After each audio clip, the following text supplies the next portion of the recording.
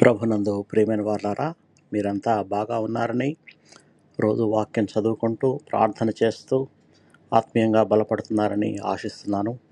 ఈరోజు దేవుడు మనకు నేర్పుతున్న ఒక మంచి పాఠము యోహాను శుభవార్త 11వ అధ్యాయము 41వ వచనంలో వ్రాసింది. ఈ మాటలు స్వయంగా యేసు ప్రభువారు నోటి నుంచి వెలువడిన మాటలు. ఆయన లాజర్ని మరణం నుంచి లేపే ముందు మాట్లాడిన మాటలు. తండ్రి, నీవు నా మనవి వినినందున నీకు కృతజ్ఞతాస్తుతులు చెల్లిస్తున్నాను. అప్పటికింకా యేసు ప్రభువారు తండ్రికి మనవి చేయలేదు. తండ్రి అక్కడ లాజర్ను కూడా లేపలేదు. అయినప్పటికీ కూడా ముందే ఆయన థ్యాంక్స్ చెప్తున్నాడు. నా మనవి వినినందున నీకు కృతజ్ఞతాస్తుతులు చెల్లిస్తున్నాను. ఇది యేసు ప్రభువారు ఇది ఎందుకు చేశారంటే, ఆయన చేసిన ఈ కార్యాన్ని బట్టి మనం కూడా నేర్చుకోవాలని. ఇది మన విశ్వాసానికి, మన యొక్క కృతజ్ఞతా స్వభావానికి ఒక అద్భుతమైన పాఠం. యేసు లాజరును ఇంకా బతికించకముందే దేవునికి కృతజ్ఞత చెప్పాడు.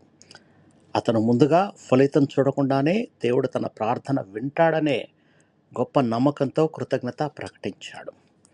మన జీవితాల్లో కూడా మనం ఇలానే ఉండాలి. ప్రార్థనకు సమాధానం వచ్చే వరకు ఆగకుండా ప్రార్థన చేసే సమయంలోనే దేవుడు వింటాడని విశ్వసించి కృతజ్ఞతతో మనము ముందుకెళ్ళాలి. ఎందుకంటే కృతజ్ఞత మన విశ్వాసానికి మూలం. దేవుడు మన ప్రార్థనలు వినే తండ్రి. ఆయన సమయంలో, ఆయన చిత్తంలో మనకు ఉత్తమమైన దాన్ని అనుగ్రహిస్తాడు. ప్రార్థన చేసుకుందాం. మమ్మల్ని మిక్కిలిగా ప్రేమించిన మా ప్రియ పరలోకపు తండ్రి, మీరు మా మనవులు వింటున్నావు అని మాకు తెలుసు నాయన.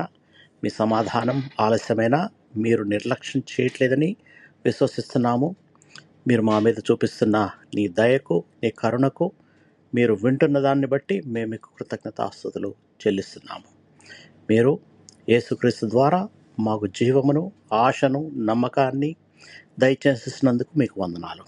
ప్రతి పరిస్థితిలోనూ కృతజ్ఞతతో ఉండే హృదయాన్ని మాలో నింపమని మా ప్రభువు మీ ప్రియకుమారుడైన యేసుక్రీస్తు పరిశుద్ధ నామంలో ప్రార్థించి వేడుకుంటున్నాము తండ్రి.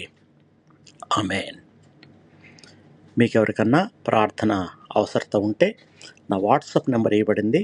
మీరు నాకు మెసేజ్ చేయండి లేదా కాల్ చేయండి. నేను మీ గురించి ప్రత్యేకంగా ప్రార్థిస్తాను. God bless you all.